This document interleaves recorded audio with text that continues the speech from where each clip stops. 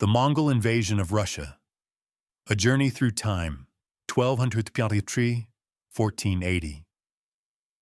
Welcome. Tonight we are going to talk about the Mongol invasion of Russia, a transformative period that lasted nearly 2.5 centuries and fundamentally reshaped the landscape of Eastern Europe.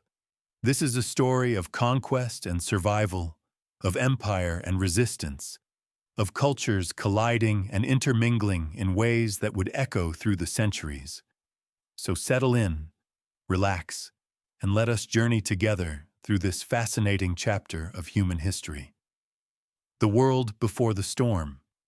To understand the Mongol invasion of Russia, we must first transport ourselves back to the early 13th century, to a world vastly different from our own.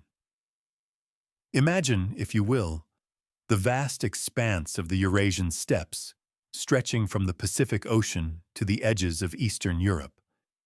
These grasslands, seemingly endless under enormous skies, were home to nomadic peoples who lived in harmony with the rhythms of nature, following their herds across the seasons.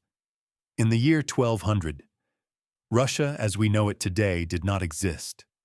Instead, the lands that would later become Russia were divided into numerous principalities, each ruled by princes who traced their lineage back to the legendary Viking ruler Rurik. These were the lands of Kievan Rus, a loose confederation of Slavic territories that had once been united under the city of Kiev, but had since fragmented into competing realms. The principalities were wealthy, built on trade routes that connected Scandinavia to Byzantium, the Baltic Sea to the Caspian. Cities like Kiev, Vladimir, Suzdal, Novgorod, and Ryazan bustled with merchants, craftsmen, and clergy. The Eastern Orthodox Church had taken deep root in these lands, filling the skyline with golden-domed churches and monasteries where monks copied manuscripts and preserved knowledge. Life in these principalities moved at the pace of agricultural seasons. Peasants worked the land, growing rye, wheat, and barley. In winter, when snow blanketed the land in white silence, people huddled in their wooden homes around hearths, telling stories and waiting for spring. The forests were deep and mysterious, filled with bears, wolves, and lynx. Rivers froze solid enough to become highways for sleds and sleighs. The princes of these lands were often at war with one another, fighting over borders, tribute, and prestige. They would ally and betray, marry and murder, all in the endless game of medieval politics. Yet despite their conflicts, they shared a common culture, a common faith, and a common language. They could not have imagined that far to the east, beyond the steppes they barely knew, a force was gathering that would shatter their world completely. The rise of the Mongols far away, in the highlands of Mongolia, something extraordinary was happening.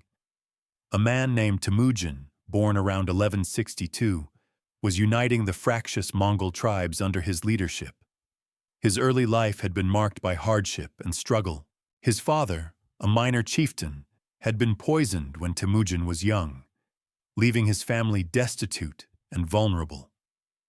The young boy and his mother were abandoned by their clan, forced to survive on wild plants and small game. But Temujin possessed something remarkable: an indomitable will, a genius for organization and strategy, and an ability to inspire fierce loyalty in his followers. Through a combination of military brilliance, political acumen, and sheer determination, he gradually brought tribe after tribe under his control. He broke the power of the aristocratic clans and created a new order based on merit and loyalty rather than birth. In 1206, at a great assembly called a Kurultai, the united Mongol tribes proclaimed Temujin as Genghis Khan, the universal ruler. He was approximately 44 years old, and he stood at the head of the most formidable military machine the world had yet seen. The Mongol army was unlike anything Europe had encountered before. Every Mongol was a horseman from childhood, able to ride for days with minimal rest, to shoot arrows with deadly accuracy from a galloping horse, and to survive on very little food. Genghis Khan organized his forces with mathematical precision.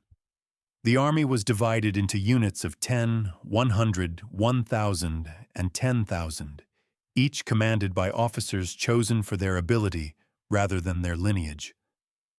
Discipline was absolute, communication was swift, and strategy was sophisticated. The Mongols used scouts and spies extensively, gathering intelligence about their enemies before they struck.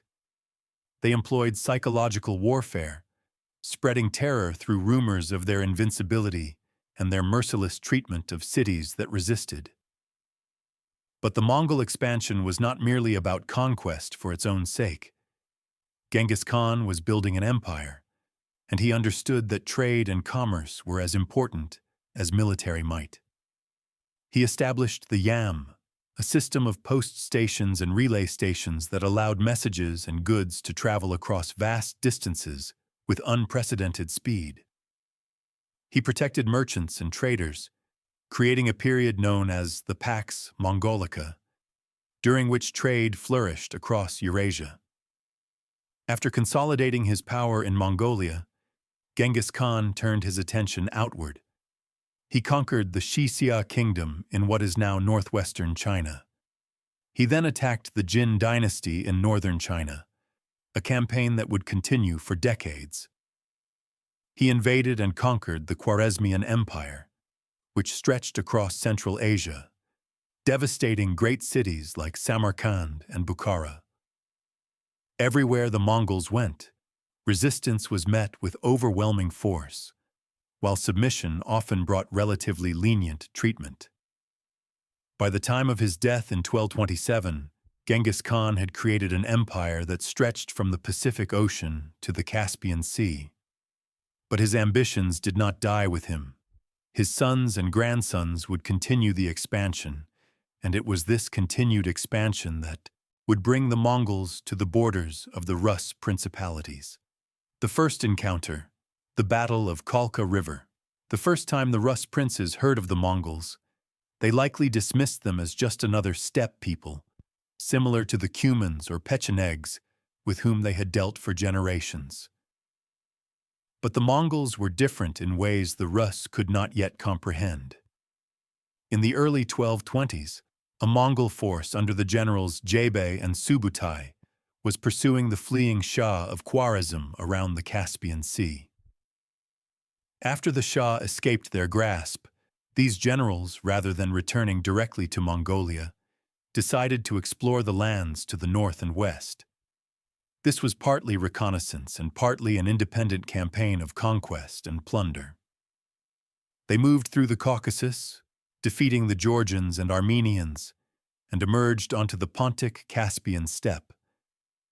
Here they encountered the Cumans, a Turkic nomadic people who had been the dominant power on the western steppes for over a century. The Cumans had long been both enemies and allies of the Rus princes, sometimes raiding their territories, sometimes serving as mercenaries, and often intermarrying with Rus nobility. Faced with the terrifying new threat of the Mongols, the Cumans appealed to their Rus relatives for help. The Khan of the Cumans, Khotin, sent desperate messages to his son-in-law, Prince Mstislav Mstislavich of Galicia, one of the most powerful Rus princes of the time. The message was stark. The Mongols had already defeated the Cumans, and if the Rus did not help, the Mongols would turn on them next. Today they have taken our land. Tomorrow they will take yours, the message warned. The Rus princes held a council to decide what to do. Many were skeptical about helping their sometimes enemies, the Cumans. But Mstislav of Galicia argued forcefully for intervention. He and other princes feared that if the Cumans were destroyed, the Rus lands would be next. They also saw an opportunity to gain glory and plunder by striking at these strange invaders while they were far from their homeland. A coalition was formed, one of the largest the Rus had assembled in many years. It included princes from Galicia, Kiev, Chernigov, Smolensk, and other principalities, along with their Cuman allies. The chroniclers speak of armies numbering in the tens of thousands, though exact figures are impossible to determine with certainty.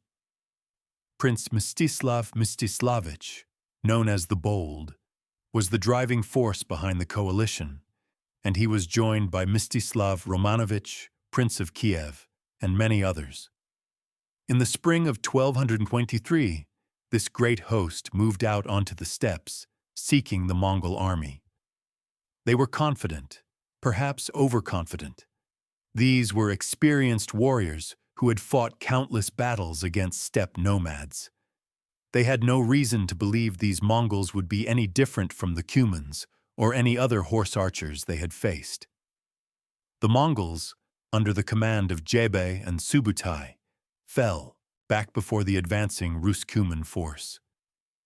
For days, they retreated across the steppes, drawing the coalition army deeper into the grasslands, farther from their supply bases and support. This was classic Mongol strategy. Wear down the enemy, stretch their supply lines, and then strike when they were most vulnerable. The Rus interpreted this retreat as cowardice. They believed the Mongols were fleeing in fear. This interpretation was fatally wrong. The Mongols were simply waiting for the right moment, the right place, the right conditions for battle. On May 31st, 1223, near the Kalka River in what is now eastern Ukraine, the Mongols suddenly turned and attacked. What happened next was a catastrophe for the Rus and their Cuman allies. The battle began with the Cumans, who formed the vanguard of the coalition force, charging forward to engage the Mongols. But the Mongols, using their superior mobility and coordination, quickly outmaneuvered and surrounded parts of the Cuman force. Panic spread through the Cuman ranks, and many began to flee. As the Cumans broke and ran, they crashed into the Rus formations behind them, creating chaos and confusion. The Mongol horsemen swept around the flanks, their composite bows sending clouds of arrows into the massed Rus troops.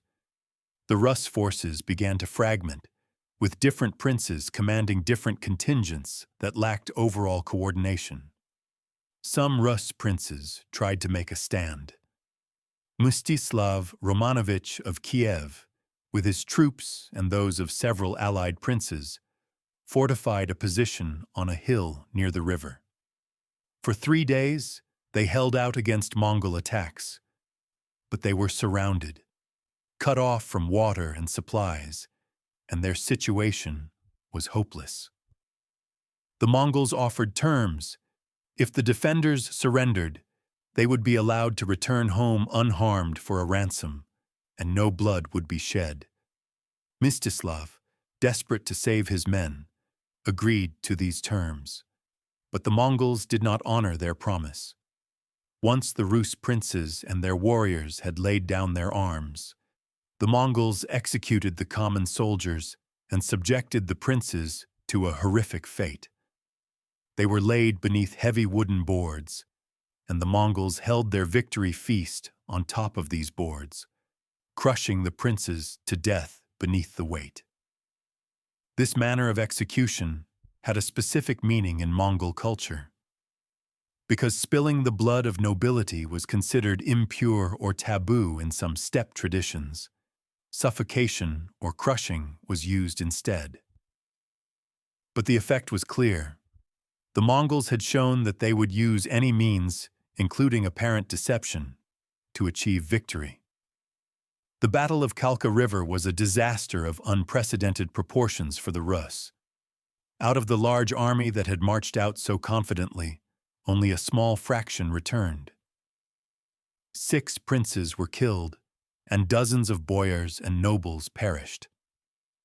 The chroniclers later wrote that only 1 in 10 warriors returned home.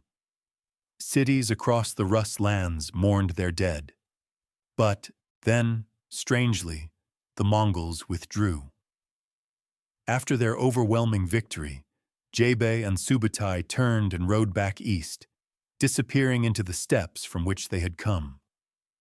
The Rus, traumatized but relieved, tried to understand what had happened. Some saw it as divine punishment for their sins. Others tried to learn what they could about these terrifying warriors.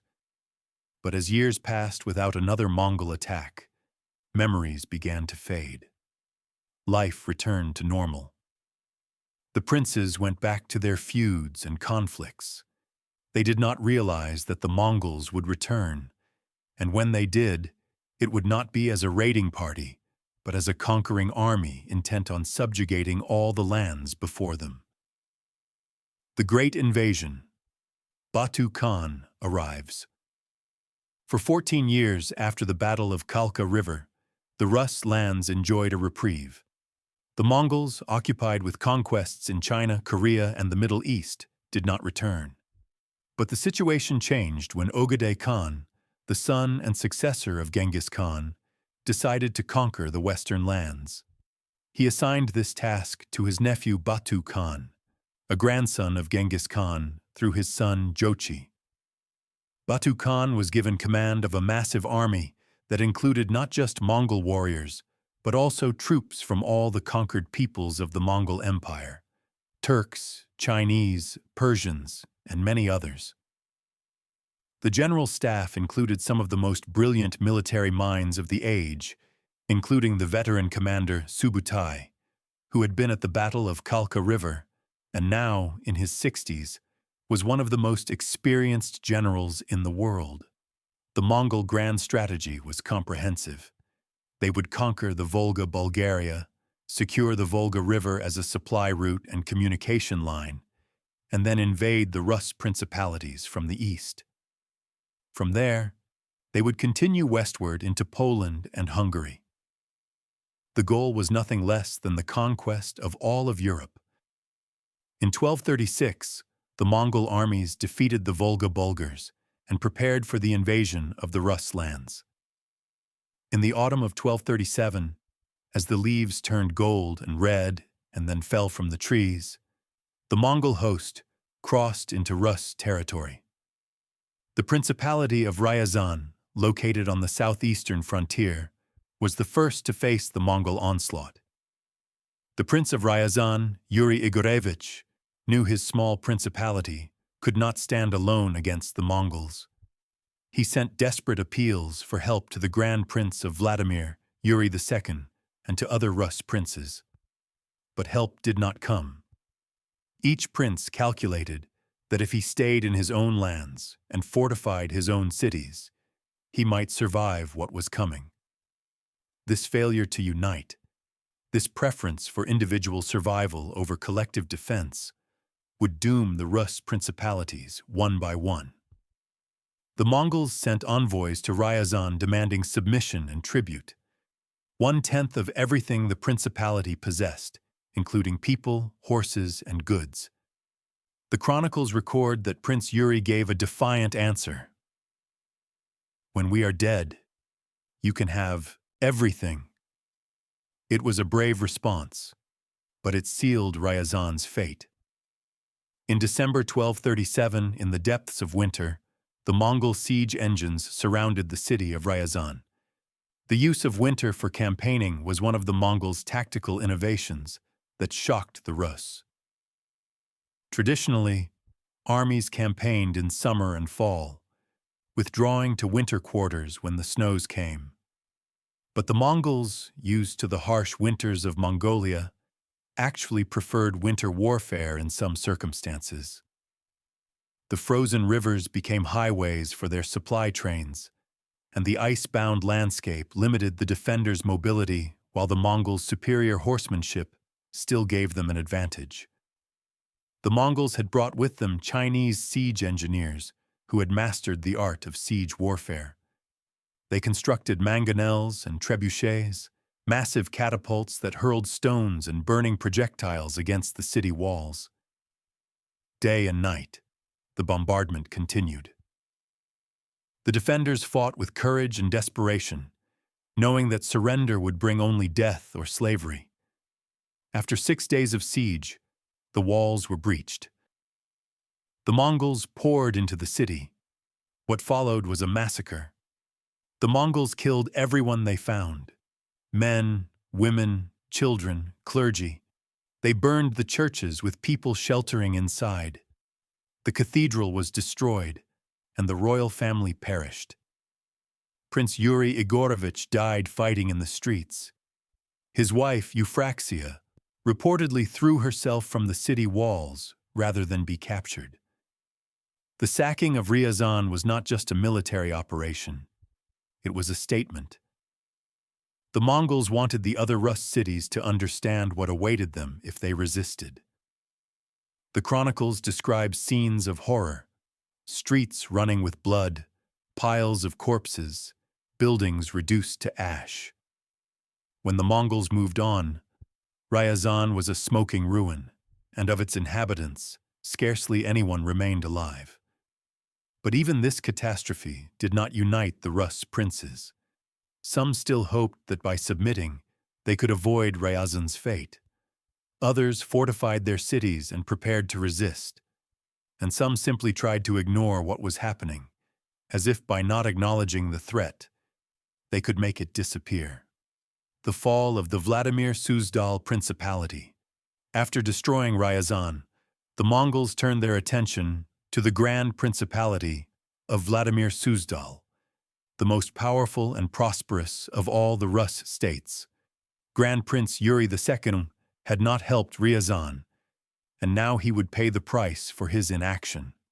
In early 1238, as winter gripped the land, the Mongol armies moved through the forests and across the frozen rivers toward the heartland of Vladimir Suzdal. The Grand Prince's forces tried to stop them, meeting the Mongols in battle near Kolomna at a crossing of the Moskva River. But the Rus forces were defeated, and Yuri's son, Prince Vladimir Yurievich, was killed in the fighting.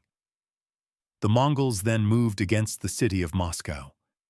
Yes, Moscow, though in 1238 it was not the great city, it would become but a relatively minor fortified town, an outpost on the edge of civilization. The Mongols besieged Moscow for 5 days in February 1238. The defenders, led by the young Prince Vladimir Yurievich, a different prince from the one who had died at Kolomna, fought valiantly, but the outcome was never in doubt. The Mongols took the city, killed the prince, and burned Moscow to the ground. The wooden walls and buildings went up like kindling in the cold winter air. Grand Prince Yuri II, realizing he could not defend all his cities at once, made a strategic decision that would have terrible consequences. He left his capital of Vladimir with a small force to gather a larger army in the north, leaving the defense of Vladimir to his sons and generals. He hoped to return with reinforcements and face the Mongols in a decisive battle. But the Mongols moved with a speed that constantly surprised their enemies. While Batu Khan led the main force toward Vladimir, other Mongol detachments fanned out across the principality, besieging and capturing city after city. Suzdal, Rostov, Yaroslavl, Tver, Dmitrov, and many others fell in rapid succession. Each city that resisted was destroyed. Each population that did not submit was slaughtered. On February 4th, 1238, the Mongol armies appeared before the walls of Vladimir. The city was one of the jewels of Rus civilization, filled with magnificent churches, including the Cathedral of the Assumption, with its white limestone walls and golden domes. The Grand Prince's sons, Vsevolod and Mstislav, commanded the defense. They had perhaps a few thousand defenders against a Mongol army that numbered in the tens of thousands. The Mongols immediately began their siege operations. They surrounded the city completely, cutting off any hope of escape or relief. Their siege engines began to pound the walls and gates.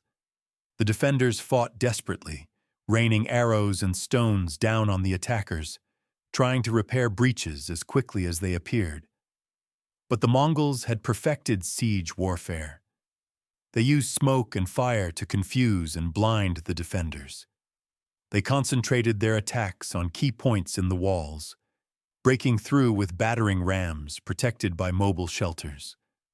On February 7th, after just 3 days of siege, the Mongols breached the walls and entered Vladimir. The sack of Vladimir was even more terrible than that of Ryazan. The Mongols swept through the streets, killing everyone they encountered. The Grand Prince's family and the Bishop of Vladimir sought refuge in the Cathedral of the Assumption, along with many of the city's nobles and common people. The Mongols set fire to the cathedral. Those who tried to escape the flames were cut down. Those who remained inside perished in the fire. The white limestone walls were blackened with soot, and the golden domes collapsed in the heat. The cultural loss was immense. Vladimir had been a center of learning and art, home to libraries, workshops where icon painters created sacred images, and scriptorium where monks copied precious manuscripts. Much of this was destroyed in the flames. Centuries of accumulated knowledge and beauty went up in smoke in a matter of hours. Meanwhile, Grand Prince Yuri II was in the north, near the Sit River, still trying to gather his forces for a counterattack. But the Mongols, informed by their excellent intelligence network, knew where he was. On March 4th, 1238, a Mongol force under the command of Burundai found the Grand Prince's camp and launched a surprise attack. The Battle of the Sit River was over almost before it began. The Rus forces, caught unprepared, were annihilated. Grand Prince Yuri II was killed in the fighting. His death marked the effective end of organized resistance in the Vladimir Suzdal Principality. The Mongols continued their campaign through the winter and into the spring, subjugating city after city. Some places, like Pereyaslav-Zaleski, submitted without resistance and were spared. Others, like Torjok, resisted and were destroyed. Torjok, a prosperous trading city on the route to Novgorod, held out for 2 weeks, an impressive feat given the Mongols' siege capabilities. But when the city finally fell, the Mongols showed no mercy. The city was razed, and its population was killed or enslaved. The reprieve of Novgorod.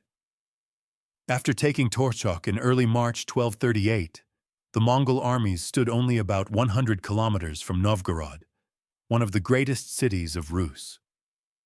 Novgorod was different from other Rus cities. It was a republic of sorts, where the Vesh, an assembly of free citizens, held significant power and could even invite or expel princes. The city was enormously wealthy, built on trade with the Baltic region and northern Europe. Its merchants dealt in furs, amber, wax, and honey, and in return received silver, cloth, and luxury goods from the West. The citizens of Novgorod watched in terror as city after city fell to the Mongols. Refugees streamed into Novgorod with tales of horror and destruction. The city prepared its defenses, stockpiled food, and prayed to God and Saint Sophia, the patron saint of their great cathedral, for deliverance. But the Mongols did not come. After taking Torjok, Batu Khan made a surprising decision. He ordered his armies to turn back. Instead of marching on Novgorod, the Mongol forces withdrew to the south, to the steppes, where they could rest and graze their horses in the spring grasslands. Why did the Mongols spare Novgorod? Historians have debated this question for centuries. Several factors likely played a role. First, it was early spring, and the season called Rasputitsa, the time of bad roads, was approaching. During Rasputitsa, the snow melts, and the Russian landscape turns into a sea of mud. Roads become impassable, and movement of large armies becomes extremely difficult. The Mongols, dependent on the mobility of their cavalry, would have found campaigning in these conditions challenging. Second, the Mongols had been campaigning continuously since autumn. Their horses needed rest and grazing. The supply lines were stretched, and the warriors were laden with plunder from dozens of conquered cities. It made sense to withdraw and regroup. Third, there may have been strategic calculations involved. Novgorod was powerful and well defended. Taking it might require a long siege that would bog down the Mongol forces. Moreover, Novgorod had not participated in the coalition at Kalka River, and it had not resisted the Mongols during this campaign. From the Mongol perspective, Novgorod might be left for another time. Whatever the reasons, Novgorod was spared. The city would survive the Mongol invasion largely intact, and this survival would have profound consequences for Russian history. While other Rus lands fell under Mongol control, Novgorod maintained a degree of independence and continued its trade with Western Europe, serving as a window to the West. The Southern Campaign, Kiev and beyond. After withdrawing to the steppes and resting through the summer of 1238, the Mongols resumed their campaign in the autumn. This time, they turned their attention to the southern Rus principalities, including the ancient capital of Kiev. Kiev, once the heart of Rus civilization, had declined in importance since the 12th century due to internal conflicts and economic shifts. But it remained a city of enormous symbolic importance. It was here that Prince Vladimir had accepted Christianity in 988, bringing the Rus lands into the Orthodox Christian world. The city was filled with churches and monasteries, including the famous Monastery of the Caves, where generations of monks had lived in ascetic devotion. In 1239, the Mongols began probing attacks on the southern principalities. Pereyaslav, a city near Kiev, was taken and destroyed. The Mongols sent envoys to Kiev demanding submission, but the Kievans killed the envoys, an act that sealed the city's fate. In Mongol tradition, killing envoys was one of the most serious offenses and guaranteed a harsh response. In September 1240, the Mongol armies, commanded by Batu Khan himself, appeared before the walls of Kiev. The city was defended by the voivode Dmitr, a nobleman who had been left in charge by the absent Prince Michael of Kiev. The Mongols positioned their siege engines on the hills overlooking the city, and from there, they began their bombardment. The chronicles describe the noise as overwhelming. Day and night, the catapults hurled stones against the walls and into the city. The crash of rocks hitting stone, the creak of the siege engines, and the shouts of warriors created a cacophony that made it impossible for people to hear each other speak. The defenders fought with courage, and Dmitr was reportedly wounded multiple times, but continued to direct the defense. The Mongols concentrated their attack on the Polish Gate, one of the main entrances to the city. After weeks of bombardment and assault, the walls were breached. The defenders fell back to the Church of the Tithes, the oldest stone church in Kiev, built by Prince Vladimir the Great more than 2 centuries earlier. They fortified the church and made their last stand there. But the building, weakened by fire and bombardment, collapsed, burying many defenders under its rubble. Kiev fell on December 6, 1240. The Mongols sacked the city thoroughly. The beautiful churches were looted and burned. The monastery of the caves was devastated. Thousands of people were killed, and many more were taken away as slaves. When the Mongols moved on, Kiev was a shadow of its former self. The city would not truly recover its importance for centuries. But Dmitr, the brave voivode who had defended the city so valiantly, survived. The Mongols, impressed by his courage, spared his life. Batu Khan reportedly praised Dmitr's bravery, and offered him a position in the Mongol service. Whether Demeter accepted this offer or was simply released is unclear from the historical record, but the story illustrates an important aspect of Mongol rule. They valued competence and loyalty and were willing to incorporate talented individuals from conquered peoples into their administration. After Kiev, the Mongols continued westward. They invaded Galicia-Volhynia, the most powerful of the southern Rus principalities. They took the city of Vladimir Volinsky and besieged Galich, Halish, though the outcome of this siege is unclear. Prince Daniel of Galicia, one of the most capable Rus rulers of his generation, was away seeking allies when the Mongols invaded his lands. When he returned, he found his principality devastated.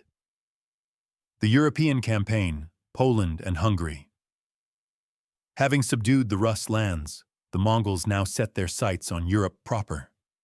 In the spring of 1241, Batu Khan divided his forces into several armies that would invade Poland, Hungary, and other regions simultaneously. This was a strategic masterstroke. By attacking on multiple fronts, the Mongols prevented their enemies from concentrating their forces and supporting each other. One Mongol army under the command of Baidar and Kadan invaded Poland. They moved with their characteristic speed, appearing before cities and castles and taking them before defenders could organize effective resistance. On February 13, 1241, the Mongols sacked Sandomierz. They then moved north, defeating Polish forces in several encounters and spreading terror through the land. The Duke of Silesia, Henry II the Pious, gathered an army to stop the Mongols. His force included not just Polish knights, but also contingents from Moravia and military orders, including the Knights Templar and the Teutonic Knights. On April 9, 1241, this army met the Mongols at the Battle of Legnica, also known as the Battle of Liegnitz or Wahlstatt. The battle was fierce. The European knights, in their heavy armor, charged the Mongol lines repeatedly. But the Mongols used tactics they had perfected over decades of warfare. They feigned retreat, drawing the knights into traps where they were surrounded and subjected to devastating archery fire. The Mongols also used smoke, possibly from burning pitch or some other substance, to confuse the European forces.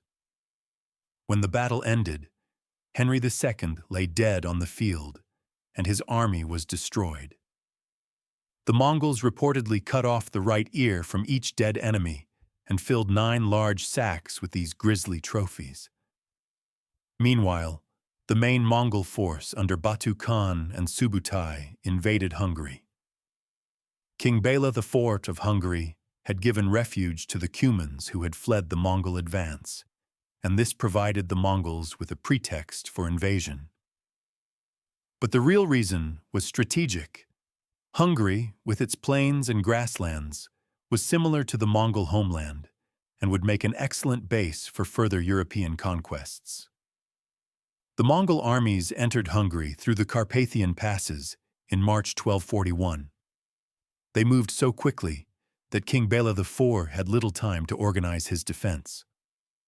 On April 11, 1241, just 2 days after the Battle of Legnica, the Mongol and Hungarian armies met at the Battle of Mohi near the Sajo River. The Hungarians, confident in their numbers and their fighting prowess, encamped near the river. Batu Khan and Subutai planned their attack carefully. During the night, a Mongol force crossed the river and attacked the Hungarian camp at dawn.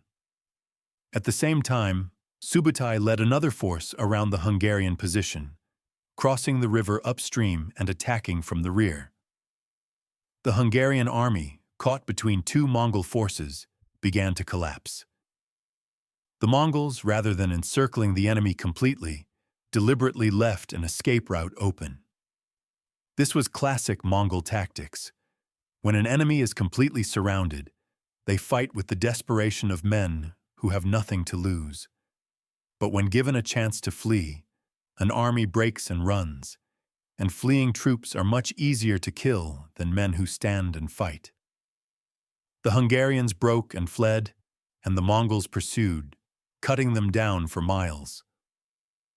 King Bela IV barely escaped with his life. The Hungarian army was virtually annihilated, with losses estimated at between 50,000 to 60,000 men, though these numbers may be exaggerated. It was one of the most complete victories in Mongol history. After Mohi, the Mongols had a clear path into the heart of Europe. They devastated Hungary, dividing into smaller forces that ranged across the countryside, destroying villages and towns. The Mongols reached the Adriatic coast, and a detachment even crossed into Austria, reaching as far as Wiener Neustadt, within sight of Vienna. Europe was in panic. Reports of the Mongol devastation spread fear across the continent. Kings and princes began gathering armies. Pope Gregory IX called for a crusade against the Mongols. It seemed that nothing could stop the invaders from reaching the Atlantic Ocean. And then, suddenly, the Mongols withdrew. In December 1241, news reached Batu Khan that the great Khan Ogadai had died in Mongolia. According to Mongol tradition, all the princes of the blood had to return to Mongolia to elect a new great Khan. Batu Khan, as a senior prince, needed to be present, or at least needed to ensure his interests were represented. In the spring of 1242, the Mongol armies began their withdrawal from Hungary and Poland, moving back east. They would never return to Western Europe in force. The continent had come within a hair's breadth of conquest, and the threat had vanished almost as suddenly as it had appeared.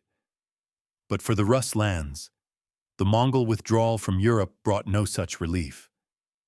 The Mongols remained in the steppes north of the Black Sea and the Caspian Sea, and from there, they would rule over the Rus principalities for the next 2 centuries. The Golden Horde and the Yoke. After withdrawing from Europe, Batu Khan established his capital at Sarai on the lower Volga River. From this base, he ruled over a vast territory that included the western part of the Mongol Empire. This realm would come to be known as the Golden Horde, though the Mongols themselves called it the Ulus of Jochi, after Batu's father. The Golden Horde was part of the larger Mongol Empire, but in practice it functioned as an independent state. Batu Khan and his successors nominally owed allegiance to the Great Khan in Mongolia, but the distances involved and the practical difficulties of communication meant that the Golden Horde had considerable autonomy. The relationship between the Golden Horde and the Rus principalities was complex. The Mongols did not occupy the Rus lands in the way modern armies might occupy conquered territory.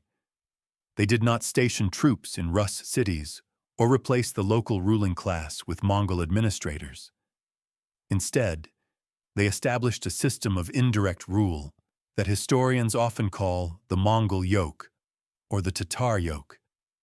Under this system, the Rus princes remained in power in their principalities, but they ruled as vassals of the Mongol Khan.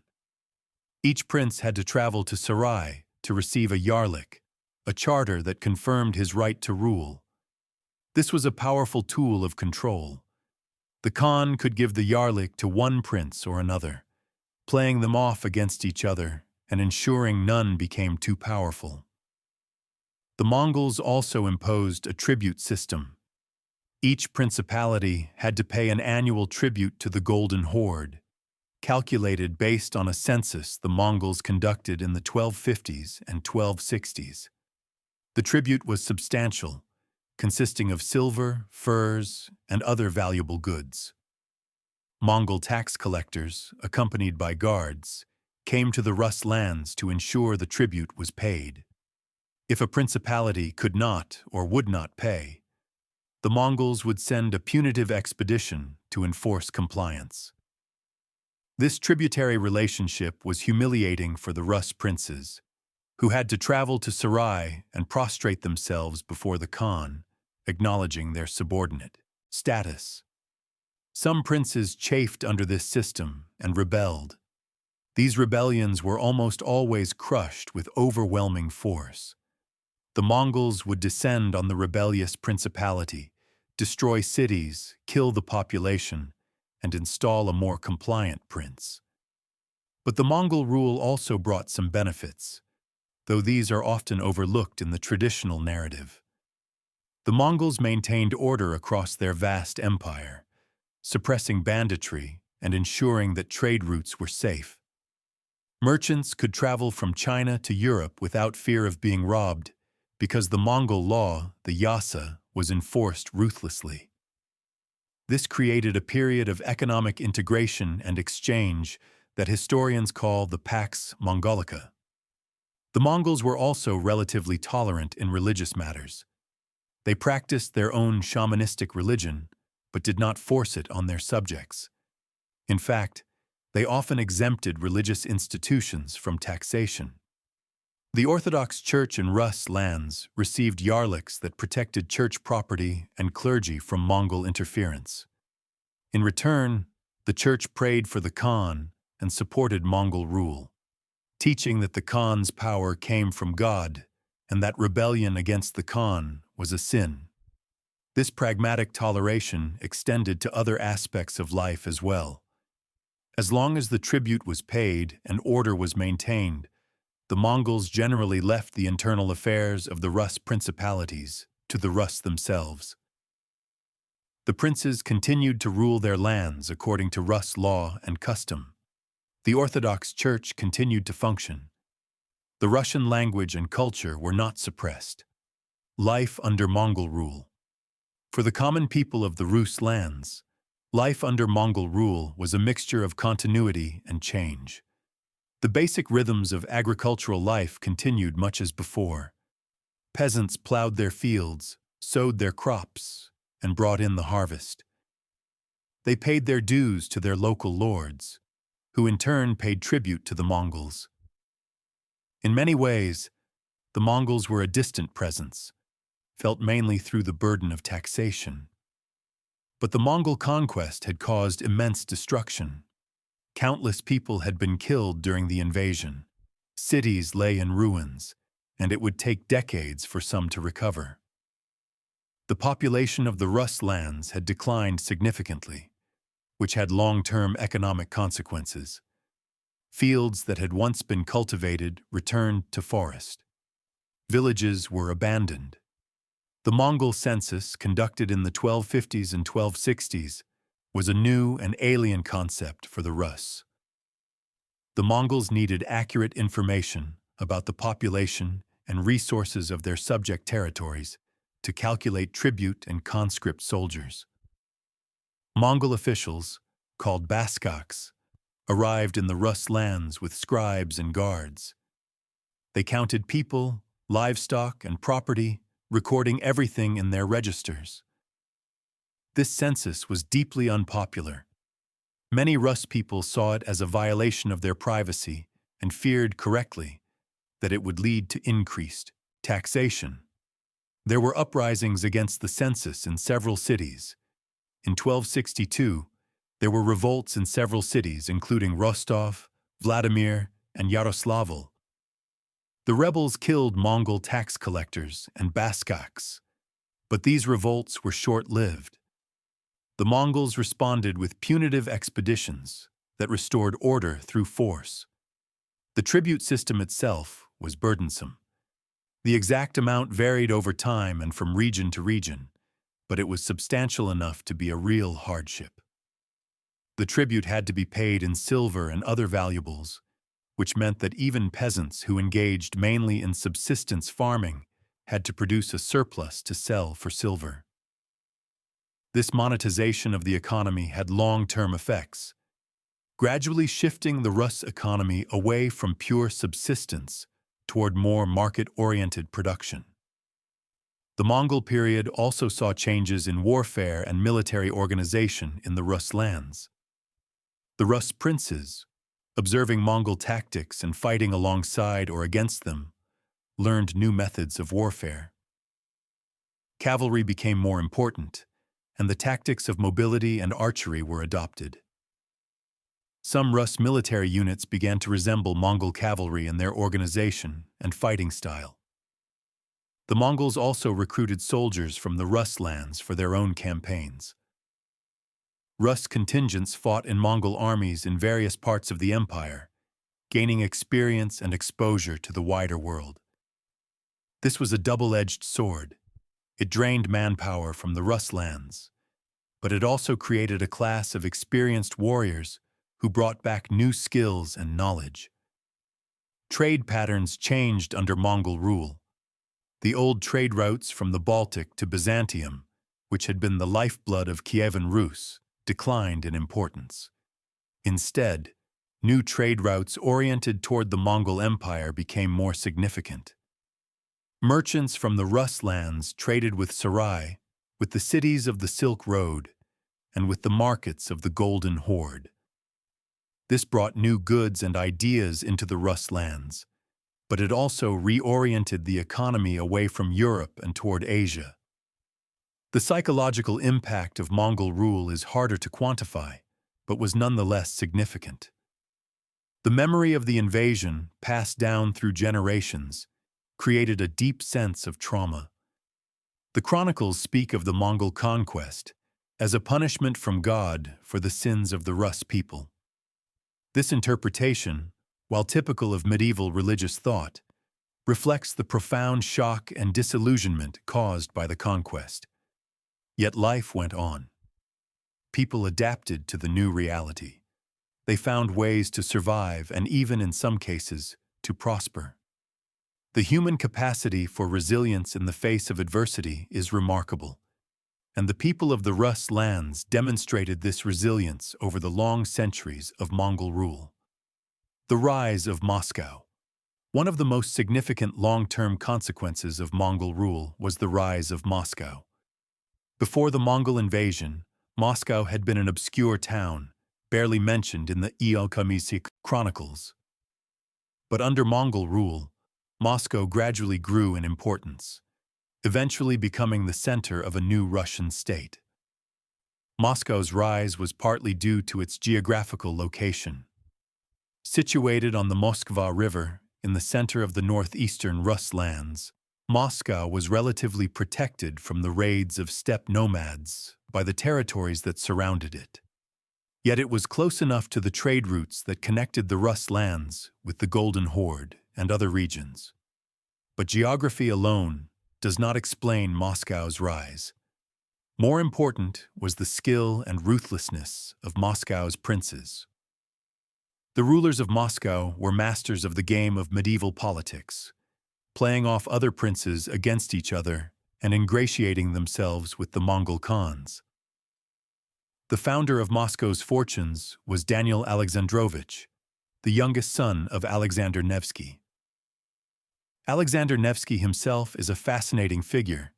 He was Prince of Novgorod during the Mongol invasion and is famous for defeating Swedish and German invaders in the 1240s, most notably at the Battle of the Neva in 1240 and the Battle on the Ice in 1242. These victories against Western enemies earned him the epithet Nevsky, of the Neva. But Alexander Nevsky's relationship with the Mongols was more complicated.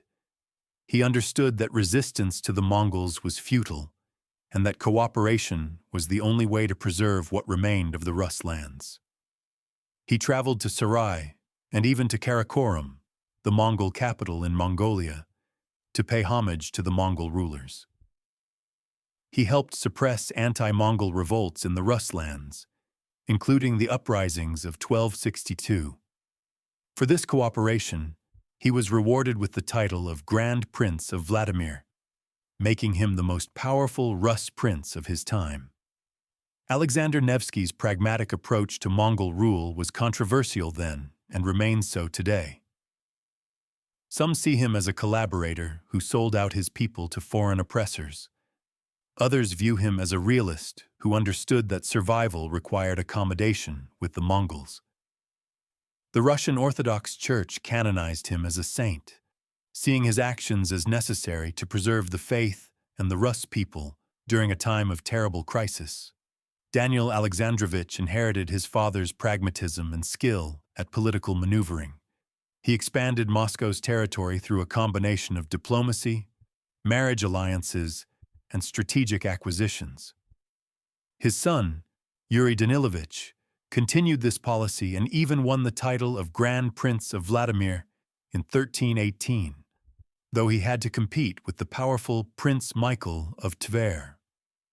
The rivalry between Moscow and Tver dominated Rus politics in the early 14th century. Both principalities sought to win the favor of the Mongol Khan and secure the title of Grand Prince of Vladimir, which brought with it authority over the other Rus principalities and the lucrative right to collect tribute on behalf of the Mongols. Ivan Furuk Danilovich, known as Ivan Kalita, Kalita means money bag, became Prince of Moscow in 1325. He was perhaps the most successful of the early Moscow princes in terms of accumulating wealth and power. Ivan Kalita was a master of financial manipulation. He served as the Khan's chief tax collector for the Rus lands, a position that allowed him to enrich himself and Moscow while maintaining the favor of the Golden Horde. Ivan Kalita also convinced the Metropolitan of the Russian Orthodox Church to move his seat from Vladimir to Moscow in 1326. This was a major coup. The Metropolitan was the head of the church in the Rus lands and had enormous prestige and influence. Having the Metropolitan reside in Moscow gave the city religious legitimacy and made it a center of pilgrimage and ecclesiastical administration. Under Ivan Kalita and his successors, Moscow gradually accumulated territory and power. They absorbed neighboring principalities through inheritance, purchase, and conquest. They built alliances through marriage. And they maintained good relations with the Golden Horde, ensuring that the Yarlik for Grand Prince of Vladimir stayed in Moscow's hands more often than not. This process was not always noble or honorable. The Moscow princes were willing to betray allies, break promises, and use any means necessary to expand their power. They sometimes used Mongol armies against their Rus rivals, calling in Mongol support to crush opposition. But this ruthless pragmatism was effective, and over time, Moscow became the dominant power in the northeastern Rus lands. The weakening of the Golden Horde. While Moscow was rising, the Golden Horde was beginning to experience internal problems that would eventually lead to its decline. The stability that Batu Khan had established gradually eroded as his successors competed for power. The Golden Horde, like the larger Mongol Empire, followed a system of succession that was complex and often contentious. The throne did not automatically pass from father to son. Instead, all male descendants of Genghis Khan had a potential claim to rule, and succession was decided by a combination of consensus among the ruling elite, military strength, and political maneuvering. This system often led to succession crises and civil wars. In the late 13th and early 14th centuries, the Golden Horde was still powerful and relatively stable. Khans like Berke, 1257–1266, who converted to Islam, and Munka Temur, 1267–1280, maintained control over the Rus lands and projected power in the region. But in the 14th century, the Golden Horde began to experience significant turmoil. A particularly chaotic period was the 1360s and 1370s, sometimes called the Great Troubles or the Time of the Emirs. During these decades, the Golden Horde experienced rapid turnover in leadership, with numerous Khans claiming the throne, often ruling for just months or even weeks before being overthrown. Real power often lay in the hands of powerful military commanders and administrators, the emirs who made and unmade Khans. One such emir was Mamai, a powerful noble who effectively controlled the western part of the Golden Horde in the 1360s and 1370s. Mamai was not a descendant of Genghis Khan, and thus could not rule in his own name, but he held real power and installed puppet khans to legitimize his rule. This weakness in the Golden Horde created opportunities for the Rus principalities. They began to test the limits of Mongol authority, withholding tribute, ignoring summons to Sarai, and even engaging in military resistance. The turning point, the Battle of Kulikovo, the reign of Dmitry Ivanovich, Grand Prince of Moscow from 1359 to 1389, marked a turning point in the relationship between the Rus lands and the Golden Horde. Dmitry, who would later be called Dmitry Donskoy, Dmitry of the Don, was a bold and ambitious ruler who sought to challenge Mongol authority. In the 1370s, Dmitry began to openly defy the Golden Horde. He refused to pay the full tribute demanded by Mamai. He fortified Moscow, building stone walls around the Kremlin in 1367, making it the first stone fortress in the northeastern Rus lands in centuries. He asserted his authority over other Rus principalities, forcing them to recognize Moscow's dominance. Mamai, seeking to reassert Mongol control and perhaps to unite the divided Golden Horde under his leadership, decided to launch a major campaign against Moscow. In 1378, Mamai sent an army against the Rus. But in a surprising turn of events, Dmitry's forces met the Mongol army at the Battle of the Vodja River and defeated it. This was one of the first significant Rus victories over the Mongols in open battle, and it emboldened Dmitry and his supporters. Mamai, humiliated by this defeat, spent 2 years gathering a massive army for a new campaign. He recruited warriors from across the Golden Horde and even hired Genoese mercenaries from the Crimean colonies. In the summer of 1380, this army, perhaps numbering between 60,000 to 100,000 men, though numbers for medieval armies are always uncertain, moved north toward Moscow. Dmitry responded by gathering his own forces. He called upon all the Rus princes to unite against the common threat, and for once, many responded. Troops came from Moscow, Vladimir, Suzdal, Rostov, Yaroslavl, and other principalities. The army that gathered under Dmitry's banner was perhaps 50,000 to 70,000 strong, one of the largest Rus forces assembled in decades. The two armies met on September 8, 1380, at Kulikovo Field, near the Don River. The battle that followed was one of the most significant in Russian history. The fighting was fierce and lasted for hours. Both sides suffered heavy casualties.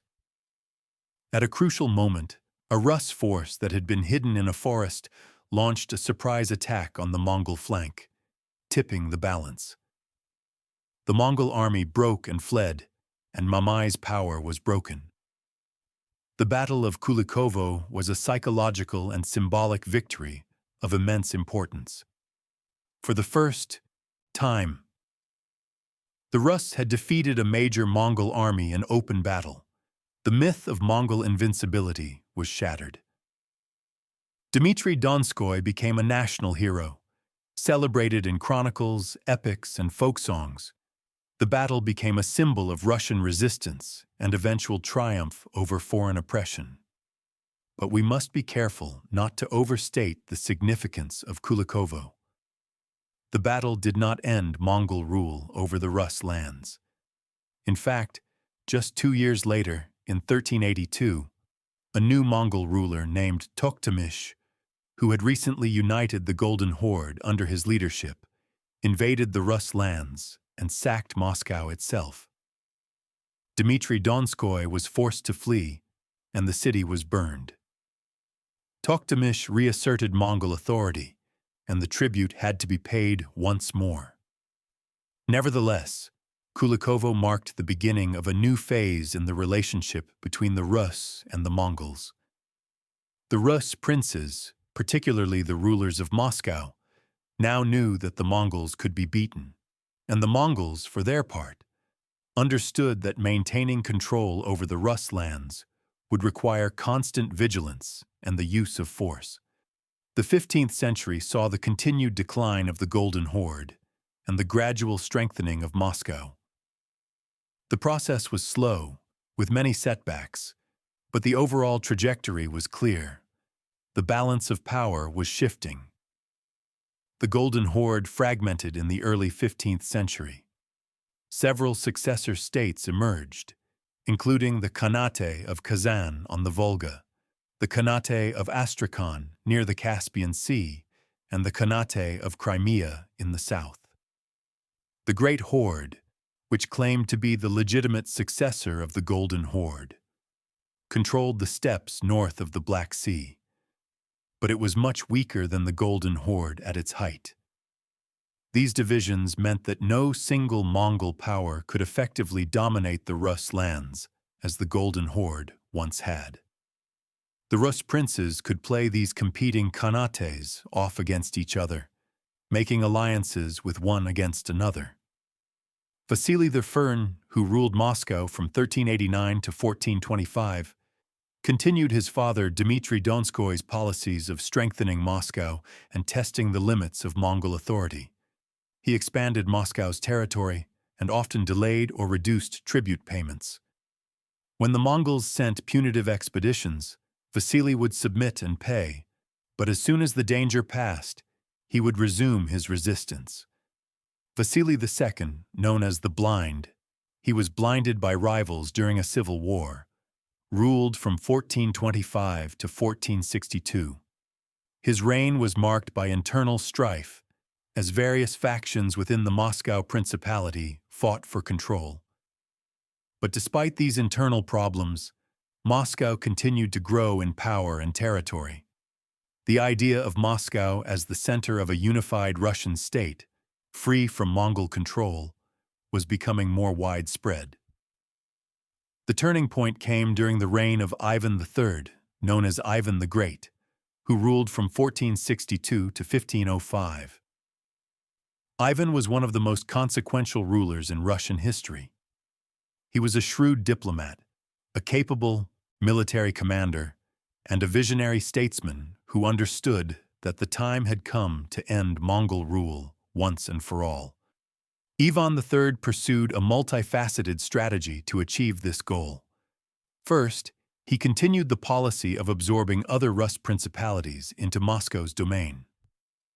He annexed Yaroslavl in 1463, Rostov in 1474, and most significantly, the wealthy Republic of Novgorod in the 1470s.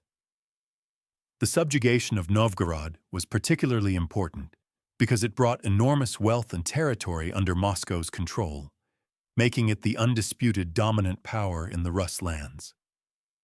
Second, Ivan III engaged in careful diplomacy with the various Mongol Khanates. He made alliances with the Khanate of Crimea against the Great Horde. This alliance was crucial because it meant that when Ivan eventually confronted the Great Horde, he would not face a united Mongol front. Third, Ivan built up Moscow's military strength. He reformed the army, creating a more professional and disciplined force. He built fortifications and stockpiled weapons. He was preparing for the confrontation he knew would come.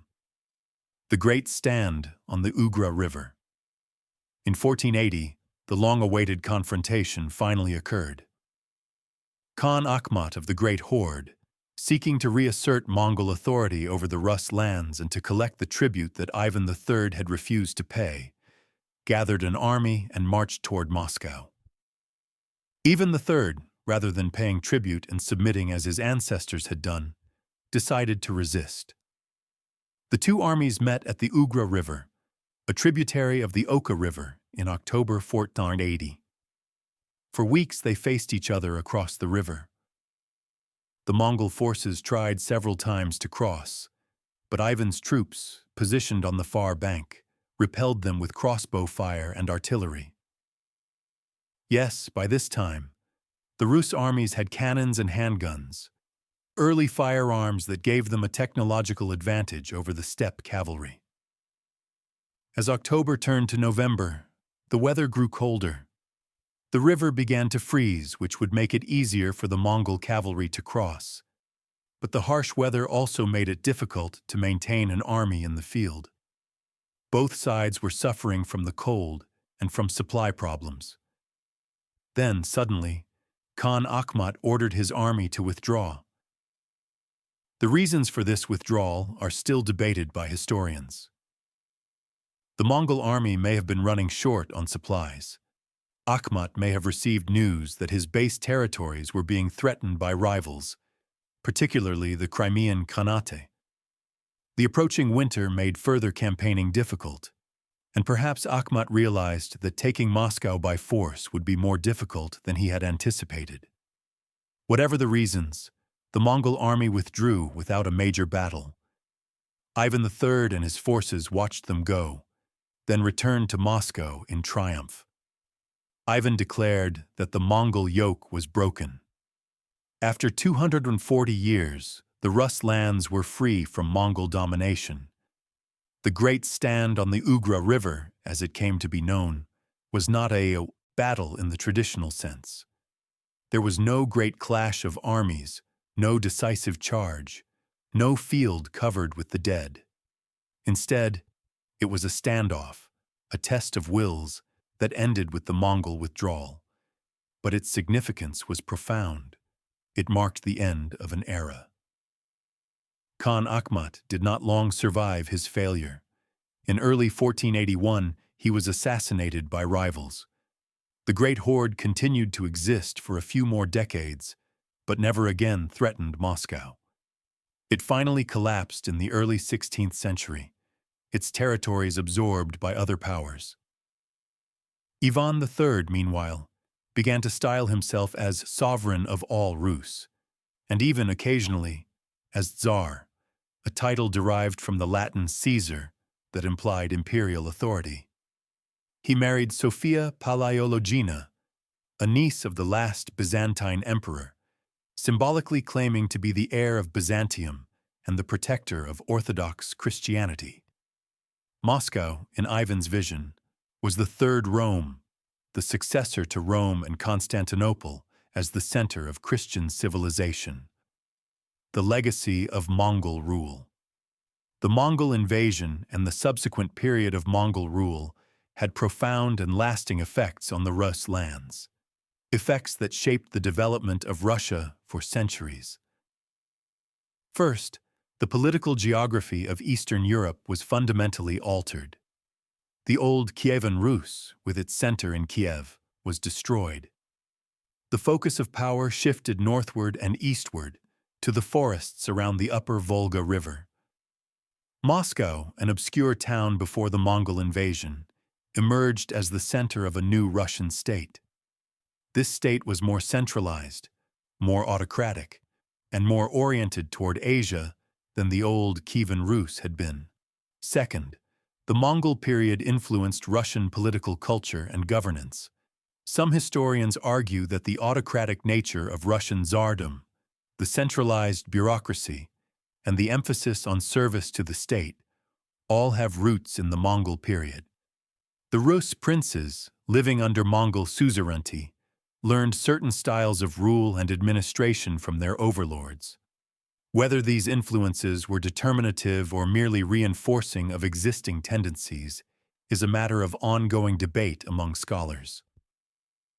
Third, the Mongol rule affected the economic development of the Rus lands. The destruction caused by the invasion was enormous, and recovery took generations.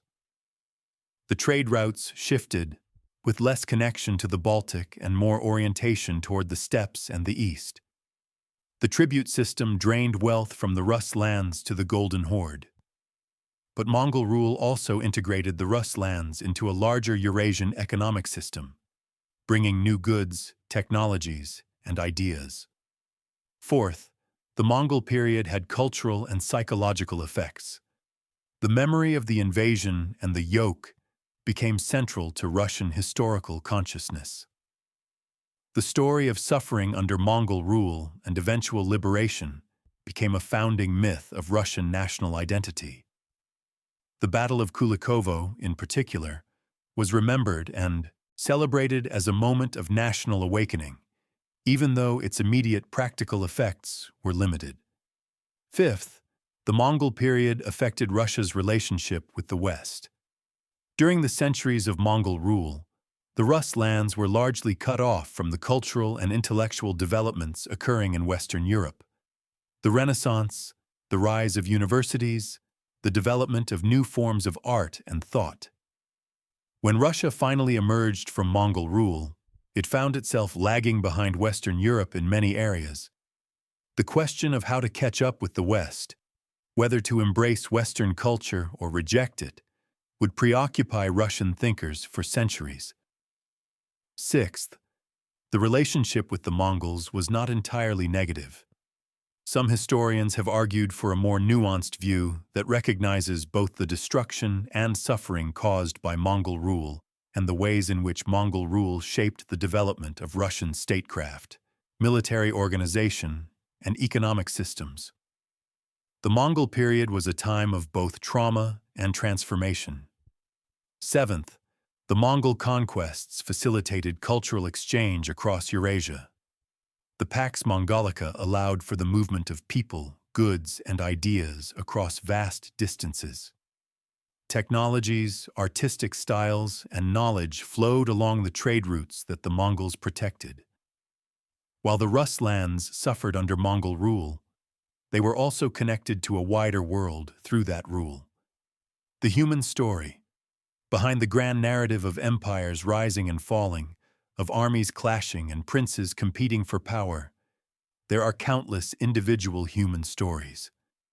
The Mongol invasion and the subsequent centuries of Mongol rule affected millions of people, each with their own experiences, struggles, hopes, and fears.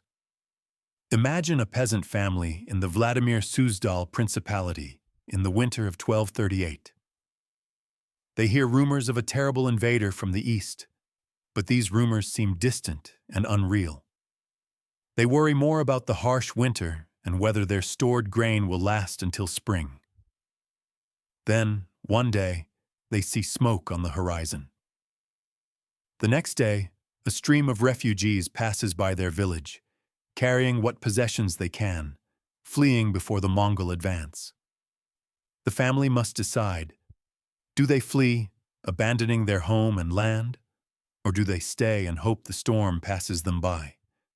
Think of a young Rus warrior, perhaps a son of a minor noble who fights at the Battle of Kalka River in 1223. He has trained with sword and spear since childhood, dreaming of glory in battle. But nothing has prepared him for the speed and coordination of the Mongol cavalry, for the clouds of arrows that darken the sky, for the terror of seeing his comrades cut down around him.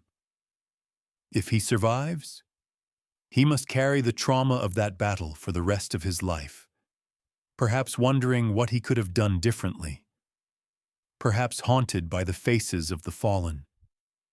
Consider a merchant from Novgorod who trades in furs and amber. The Mongol invasion disrupts his usual trade routes. Cities where he once did business lie in ruins, but he adapts, finding new opportunities in the changed landscape. Perhaps he travels to Sarai, the capital of the Golden Horde, and discovers a new market for his goods. He learns a few words of the Mongol language, learns the customs and protocols of the Mongol court. He makes a profit, but he knows he is profiting from tragedy. Think of a monk in a monastery, copying manuscripts in the scriptorium. When the Mongols invade, the monastery is burned. Many of the ancient texts, painstakingly copied and preserved over centuries, are destroyed. The monk survives and helps rebuild the monastery. He continues his work, copying the texts that remain, knowing that he is preserving a small piece of civilization in a dark time. He prays for deliverance, but he also accepts suffering as God's will, finding meaning in his faith.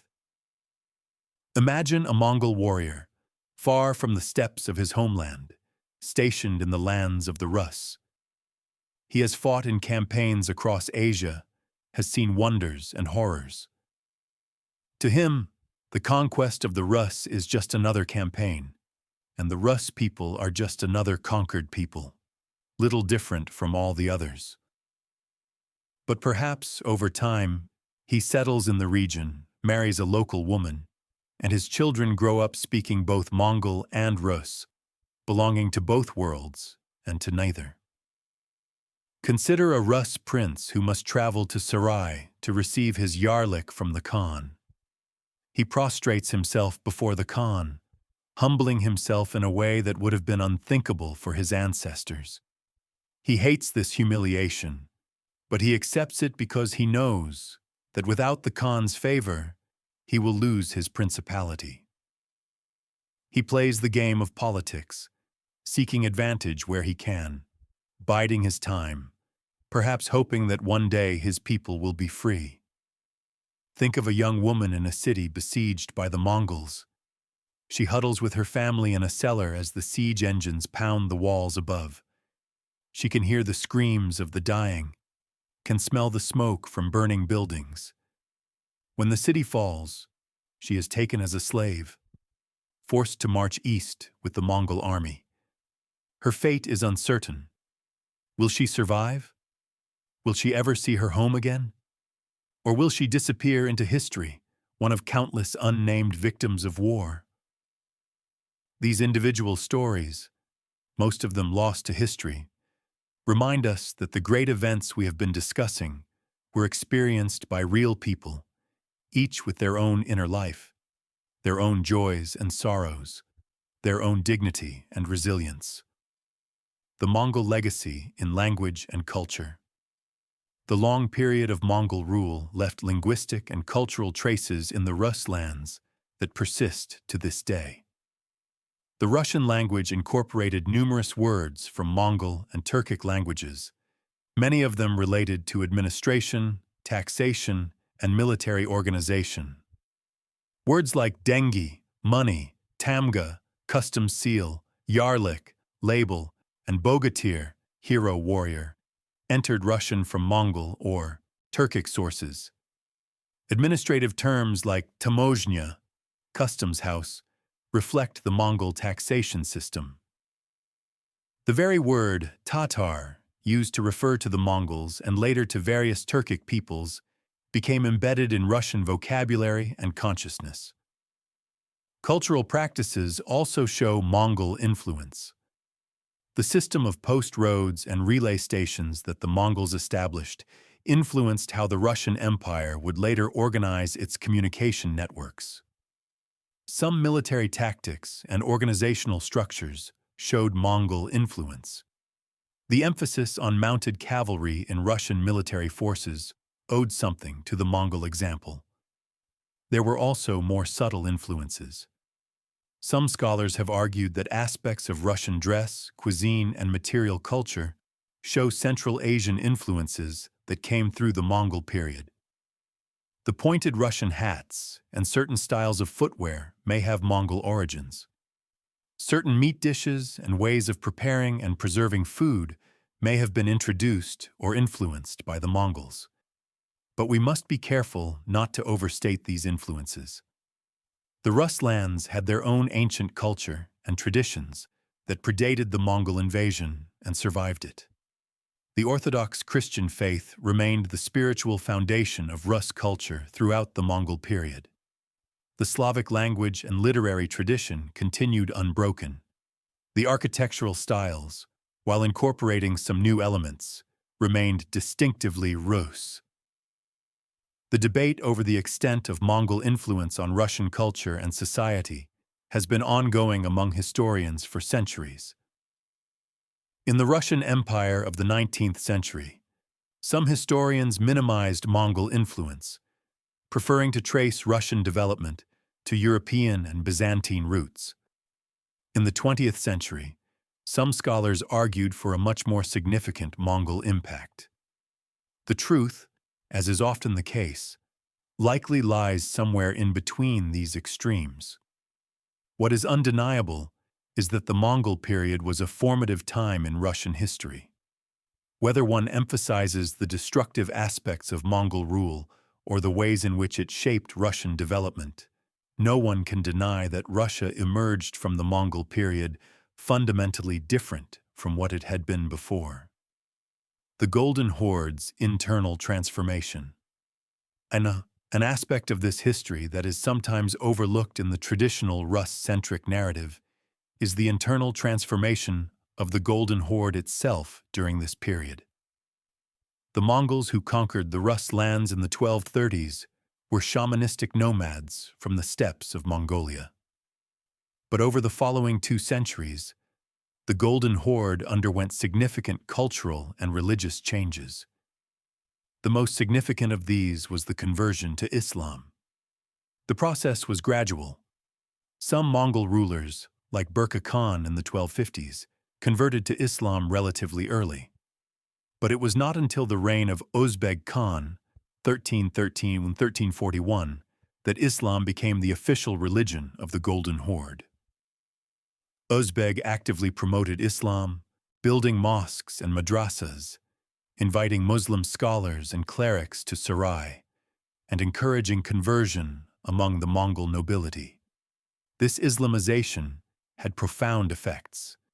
It oriented the Golden Horde culturally and diplomatically toward the Islamic world of the Middle East and Central Asia. It created a new identity that was Mongol but also Islamic, distinct from both the shamanistic Mongols of the East and the Christian Rus of the North. The Golden Horde also gradually became less nomadic and more sedentary. Sarai and other cities grew into major urban centers with permanent buildings, markets, and all the institutions of settled civilization. The elite, while still maintaining their identification with the steppe and their nomadic heritage, increasingly lived in cities and engaged in the culture of urban Islam. This transformation created tensions within the Golden Horde. Some Mongol nobles resisted Islamization and urbanization, preferring to maintain traditional Mongol and steppe ways. These tensions contributed to the political instability and civil wars that weakened the Golden Horde in the 14th and 15th centuries. The relationship between the Golden Horde and the Rus lands was also more complex than a simple conqueror-conquered dynamic. There was significant trade and cultural exchange. Rus merchants traveled to Sarai and other Golden Horde cities. Rus princes spent time at the Mongol court and sometimes adopted Mongol customs and practices. Some Mongol nobles settled in the Rus lands and over time assimilated into Rus society, converting to Orthodox Christianity and marrying into Rus noble families. By the 15th century, the line between Mongol and Rus was becoming increasingly blurred in some contexts. The successor states of the Golden Horde, the Khanates of Kazan, Astrakhan, and Crimea, had complex relationships with Moscow, sometimes as enemies, sometimes as allies, sometimes as vassals. These relationships would continue long after the formal end of Mongol rule in 1480, shaping Russian history well into the modern era. The view from other lands. While the Mongol invasion was catastrophic for the Rus lands, it is worth noting that the Rus lands were just one small part of the vast Mongol conquests. From the Mongol perspective, the conquest of the Rus principalities was a relatively minor campaign compared to their wars in China, Persia, or their invasion of the Middle East. The Mongol Empire at its height was the largest contiguous land empire in history, stretching from the Pacific Ocean to the Black Sea, from Siberia to the borders of India. It encompassed hundreds of millions of people from diverse cultures, languages, and religions. The Mongol conquests resulted in the deaths of millions, perhaps tens of millions, of people across Eurasia. Cities like Baghdad, once the jewel of Islamic civilization, were devastated. The Abbasid Caliphate, which had lasted for 5 centuries, was destroyed when the Mongols sacked Baghdad in 1258. From a global perspective, The Mongol conquests were one of the most significant events in world history. They facilitated unprecedented cultural exchange across Eurasia. Technologies like gunpowder, the compass, and printing spread along the routes secured by Mongol rule. The Silk Road experienced a golden age under the Pax Mongolica.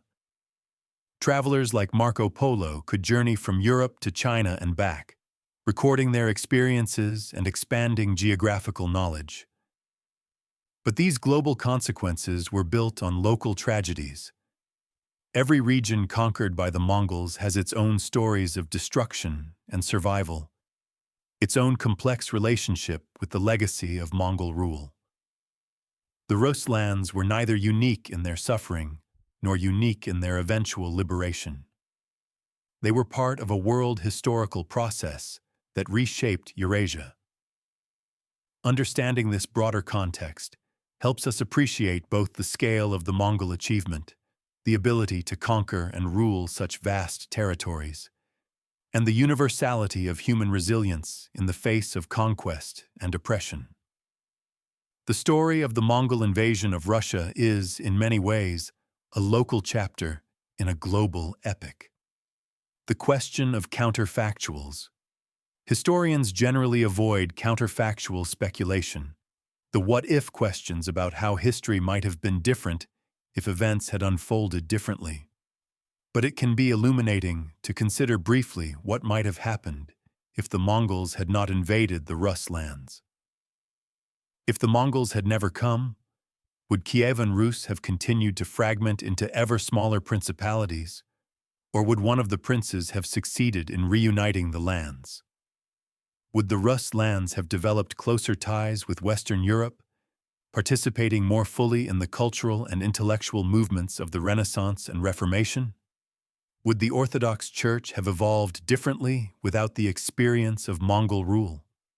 Would Moscow ever have risen to dominate the region, or would some other city, perhaps Kiev or Novgorod or Tver, have become the center of Russian civilization? These questions are unanswerable, but they remind us that history is contingent. The Russia that emerged in the late 15th century, with Moscow at its center, autocratic in its governance, oriented both toward Europe and toward Asia, shaped by centuries of Mongol rule. This Russia was not inevitable. It was the product of specific historical circumstances, including the Mongol invasion. Conversely, we might ask what would have happened if the Rus princes had united effectively against the Mongol invasion. If the Grand Prince of Vladimir had sent his full army to help Ryazan, if Novgorod had contributed its wealth and warriors to the defense, if all the Rus principalities had put aside their feuds and presented a united front, might the Mongol conquest have been prevented or delayed? Again, we cannot know, but the question highlights the role of human choice and agency in history. The Mongol invasion was not some impersonal force of nature. It was the result of specific decisions made by specific individuals. Genghis Khan's decision to conquer westward, Ogedei Khan's decision to send Batu Khan to conquer Europe, Batu Khan's decisions about strategy and tactics. Similarly, the Rus response was shaped by the decisions of the Rus princes, their decision to march against the Mongols at Kalka River, their failure to unite in defense of their lands, the choices made by individual princes to resist or to submit. History is made by people, and understanding their choices, their motivations, their limitations, helps us understand how we got from then to now. Reflections on power and resistance.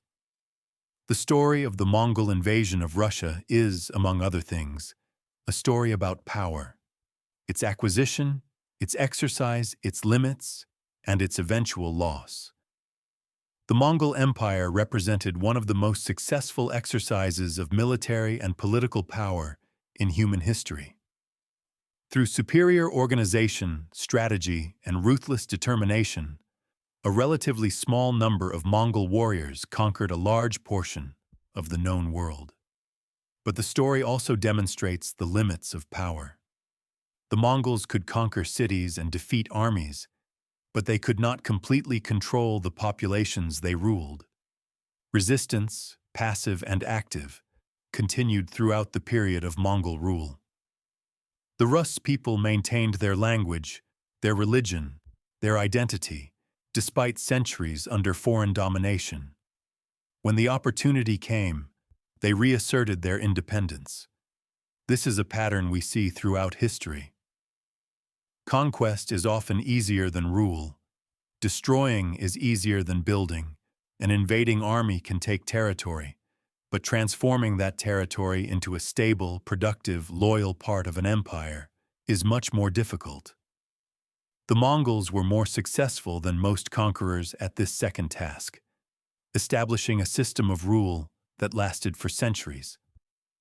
But ultimately, even the mighty Mongol Empire fragmented and declined. The story also illustrates the role of geography, technology, and economics in shaping political power. The Mongol military advantage was based on their mastery of horse-borne warfare on the open steppes. In the forests and cities of the Rus lands, this advantage was diminished, though not eliminated. As the Rus lands developed better fortifications, acquired firearms, and built up their own cavalry forces, the balance of military power shifted. Economic changes, particularly the decline of the trade routes that had enriched the Golden Horde, weakened Mongol power. The internal fragmentation of the Mongol Empire meant that the Golden Horde could not draw on the resources of the larger empire as it once had. At the same time, Moscow's economic and military power was growing. The consolidation of territory under Moscow's rule, the wealth accumulated through control of trade and taxation, and the skillful diplomacy of Moscow's princes all contributed to the shift in the balance of power. Power, we learn from this story, is not static. It flows and shifts, responding to changing circumstances. The powerful of one era may be the weak of the next. The victims of one generation may become the victors of another. The Mongol invasion in memory and myth. The Mongol invasion and the subsequent period of Mongol rule have lived on in Russian memory, literature, and historical consciousness long after the events themselves. This memory has been shaped and reshaped by successive generations, each interpreting the Mongol period in light of their own concerns and circumstances. In the immediate aftermath of the invasion, the Rus chronicles interpreted the catastrophe in religious terms. The Mongols were seen as a punishment from God, sent to chastise the Rus people for their sins. The chroniclers drew parallels with biblical stories of conquest and exile, finding meaning in suffering through the lens of Christian theology. The Battle of Kulikovo, in particular, became the subject of an extensive literary tradition. The Zadonshchina, a poetic account of the battle written in the late 14th or early 15th century, portrayed Dmitry Donskoy as a Christian champion fighting against the infidel. The battle was remembered as a turning point, a moment when the Rus people began to believe that liberation was possible. In later centuries, as Russia grew into a major empire, the Mongol period was often portrayed as a time of darkness from which Russia had emerged stronger and more unified. The narrative of suffering under the Mongol yoke, followed by liberation under Moscow's leadership, became a foundational myth of Russian national identity. Moscow was portrayed as the gatherer of the Russian lands, the liberator of the people, and the heir to the Byzantine Empire. In the 19th century, Russian historians and writers debated the legacy of Mongol rule. Some, particularly those of a Slavophile orientation, emphasized the negative aspects of Mongol rule and portrayed it as an alien imposition that had delayed Russia's development. Others, including some Eurasianist thinkers in the 20th century, argued that Mongol rule had played a positive role in shaping Russian statecraft and uniting the Russian lands. In Soviet times, the Mongol invasion and the resistance to it were interpreted through a Marxist lens. The suffering of the common people under both Mongol and feudal exploitation was emphasized. Heroes like Alexander Nevsky and Dmitry Donskoy were portrayed as defenders of the motherland against foreign invaders. The Battle of Kulikovo was commemorated as a moment of national unity against external threats, a narrative that served Soviet ideological purposes. In contemporary Russia, the memory of the Mongol period continues to be invoked in discussions of Russian identity, Russia's relationship with the East and West, and Russia's historical mission. The debates continue. Was Mongol rule primarily destructive, or did it contribute to Russian state formation? Is Russia fundamentally a European nation, or does it have an Asian or Eurasian identity shaped by the Mongol period? These questions matter because they shape how Russians understand themselves and their place in the world. History is not just about what happened in the past. It's about how we remember and interpret the past in the present. Conclusion: a story of survival and transformation. As we come to the end of our journey through this long and complex period of history, it is worth reflecting on what we have learned. The Mongol invasion of Russia, which began in 1253 with the Battle of Kalka River and ended in 1480 with the Great Stand on the Ugra River, was a transformative event that shaped the course of Russian history in profound ways. The invasion brought immense destruction and suffering. Cities were destroyed, populations were decimated, and a way of life was shattered.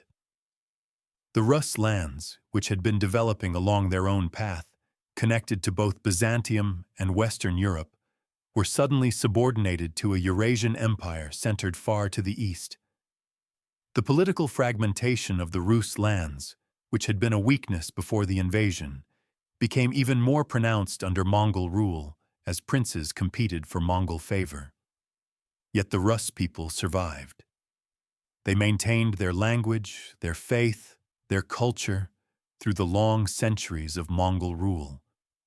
They adapted to the new reality, finding ways to live under foreign domination while preserving their identity. They did not simply passively endure. They resisted when they could, accommodated when they must, and always looked toward a future of liberation. The period of Mongol rule also saw important developments. The rise of Moscow from an obscure town to the center of a powerful principality occurred during this period. The skills of statecraft, diplomacy, and military organization that Moscow's princes developed in dealing with the Mongols would later serve them well in building a unified Russian state. The Orthodox Church, which was protected by Mongol religious toleration, emerged from the period with enhanced prestige and influence.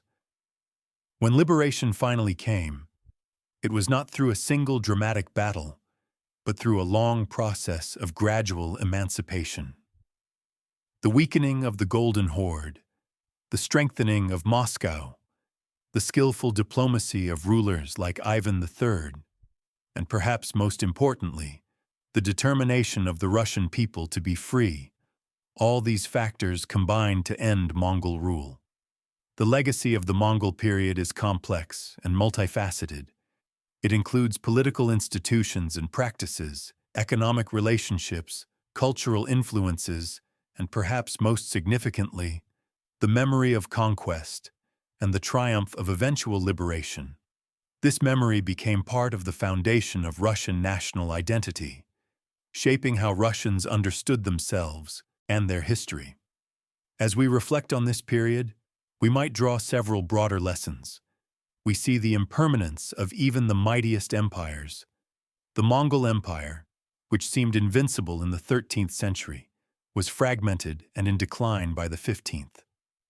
We see the resilience of human cultures and communities in the face of conquest and oppression. We see how great historical changes result from the interaction of many factors: geography, climate, technology, economics, and the decisions of individual human beings. We also see something else: the importance of unity in the face of external threats. The Rus principalities, divided and feuding among themselves, fell one by one to the Mongol invasion. When they finally united, however incompletely, they were able to resist and eventually to prevail. This is a lesson that resonates across time and place. The story of the Mongol invasion of Russia is not just an account of distant events that happened long ago. It is a human story, filled with courage and cowardice, suffering and survival, defeat and triumph. It reminds us that history is made by people, that empires rise and fall, that peoples endure, and that freedom, once lost, can be regained. As we conclude our journey through this fascinating period of history, we can appreciate both the complexity of the past and its continuing relevance to the present. The echoes of these events still reverberate through Russian culture and consciousness. The cities that were destroyed have been rebuilt. The population has recovered and grown. But the memory remains, woven into the fabric of Russian identity. And so, as the Mongol armies finally withdraw beyond the horizon, as the Rus lands emerge into a new era of independence, as Moscow begins its rise to become the center of a great empire, we close this chapter of history. But we close it with the understanding that every ending is also a beginning, that the legacy of the past shapes the possibilities of the future, and that the story of human civilization is an ongoing narrative of which we all are part. Thank you for joining me on this long journey through history. May you sleep well, with dreams informed by the stories of those who came before us, whose struggles and triumphs, whose sufferings and joys, whose defeats and victories are part of the great tapestry of human experience. Good night.